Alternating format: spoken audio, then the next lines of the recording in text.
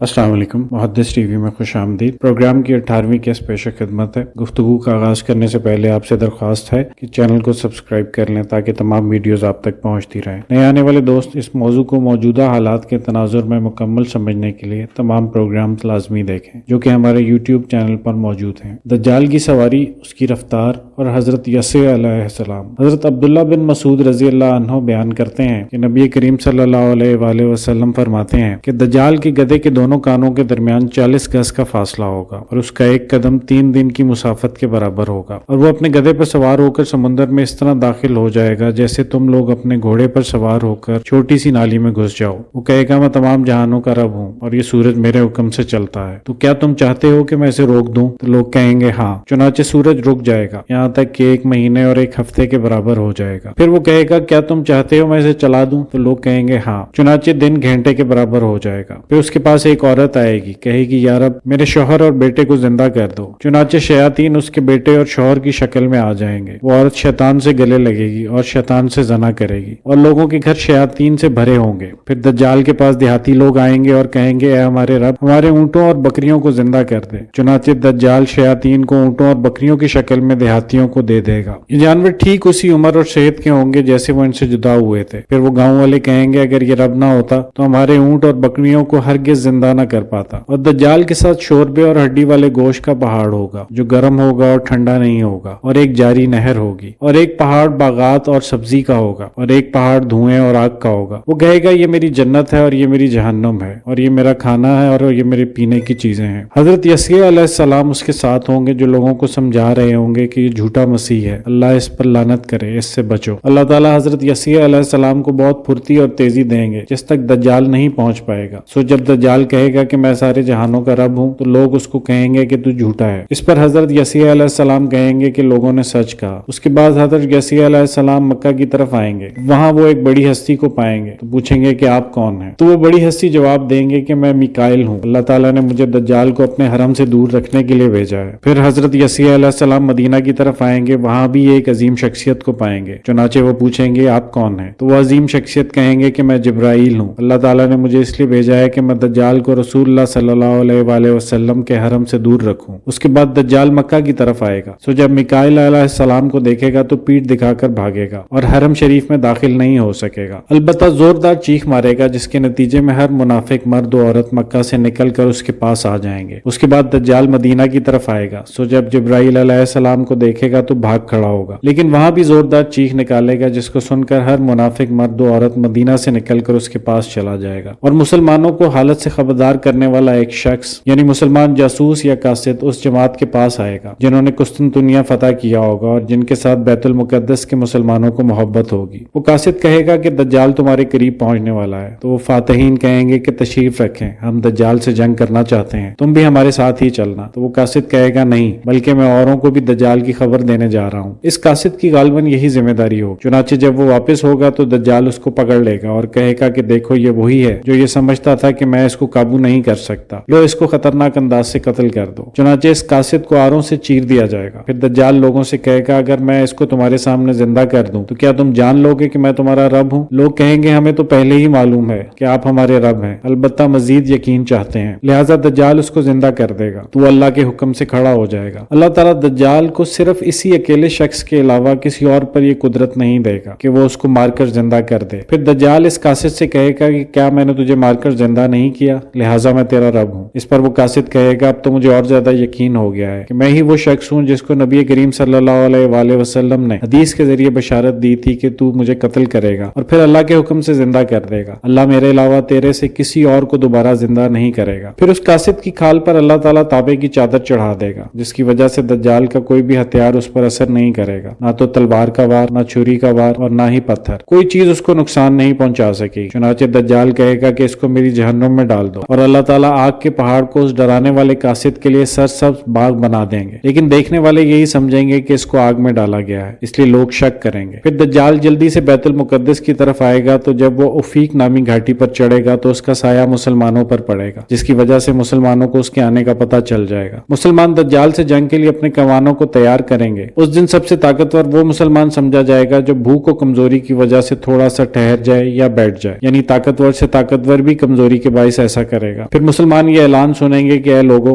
تمہارے پاس مدد آ پہنچی، یعنی عیسیٰ علیہ السلام۔ ناظرین، حدیث میں دجال کی سواری کی رفتار بتائی گئی ہے کہ اس کا ایک قدم 3 دن کے سفر کے برابر ہوگا، یعنی تقریباً 82 کلومیٹر فی سیکنڈ۔ اسی طرح اس کی رفتار 2,95,200 کلومیٹر فی گھنٹہ ہوگی۔ حدیث میں حضرت مسیح علیہ السلام کا ذکر ہے کہ وہ دجال کے ساتھ ہوں گے اور لوگوں کو ڈرا رہے ہوں گے کہ یہ دجال ہے اور تمہارا رب نہیں بلکہ یہ لوگوں کو گمراہ کر رہا ہے، اور اللہ تعالیٰ نے ان کو ایسی صلاحیت یا طاقت دی ہوگی کہ دجال ان کو پکڑنا چاہے گا لیکن ان تک رسائی حاصل نہیں کر سکے گا، اور ان کی ملاقات پہلے تو میکائیل علیہ السلام سے ہوگی، اس کے بعد حضرت جبرائیل علیہ السلام، اور ان کا کام ہی لوگوں کو دجال کے بارے میں آگاہ کرنا ہوگا۔ حضرت مجمع بن جاریہ انصاری رضی اللہ عنہ کہتے ہیں کہ رسول اللہ صلی اللہ علیہ وآلہ وسلم نے فرمایا حضرت عیسیٰ دجال کو لد کے مقام پر قتل کریں گے۔ تاریخی اعتبار سے لد ایک قدیم شہر ہے، یہاں پر 5250 سال قبل مسیح پرانے آثار زندگی بھی پائے گئے ہیں جو اس بات کی طرف اشارہ کرتے ہیں کہ زمانہ قدیم میں بھی یہاں آبادی موجود تھی۔ تاہم تاریخ میں سب سے پہلے اس کا ذکر 1500 سال قبل مسیح میں کیا گیا۔ موجودہ دور میں لد اسرائیل کے دارالحکومت تلیب سے 15 کلومیٹر دور واقع ہے۔ لد شہر کی موجودہ اہمیت یہاں موجود بین الاقوامی ہوائی اڈے کی وجہ سے ہے۔ یہ ہوائی اڈا برطانوی راج کے دوران فوجی پروازوں کے لیے تعمیر کیا گیا تھا، تاہم 1948 میں اسرائیلی حکومت کے زیر استعمال آنے کے بعد سے یہ کمرشل، پرائیویٹ اور فوجی تینوں طرح کی پروازوں کے لیے استعمال ہوتا ہے۔ لد شہر کی موجودہ صورتحال پر ایک نظر ڈالنے کے بعد 1400 سال پہلے بیان کی گئی حدیث سے باب لد کی اہمیت کی وجہ واضح ہو جاتی ہے، یعنی یہاں موجود بین الاقوامی ہوائی اڈا۔ حدیث کی وضاحت کے تناظر میں ایک زاویہ ایسا بھی ہو سکتا ہے کہ حضرت عیسیٰ علیہ السلام سے لڑائی کے دوران دجال پسپا ہو کر کسی ہمدرد مغربی ملک کی طرف بھاگنے کی کوشش کرے اور اس کے لیے اسی ہوائی اڈے کا رخ کرے، لیکن حضرت عیسیٰ علیہ السلام جو زمین پر فتنہ دجال کا خاتمہ کرنے کے لیے اتارے گئے ہوں گے وہ اسے بھاگنے سے پہلے ہی پکڑ لیں گے اور قتل کر دیں گے۔ یوں دنیا سے دجال کا خاتمہ ہو جائے گا اور اسلام کا بول بالا ہوگا۔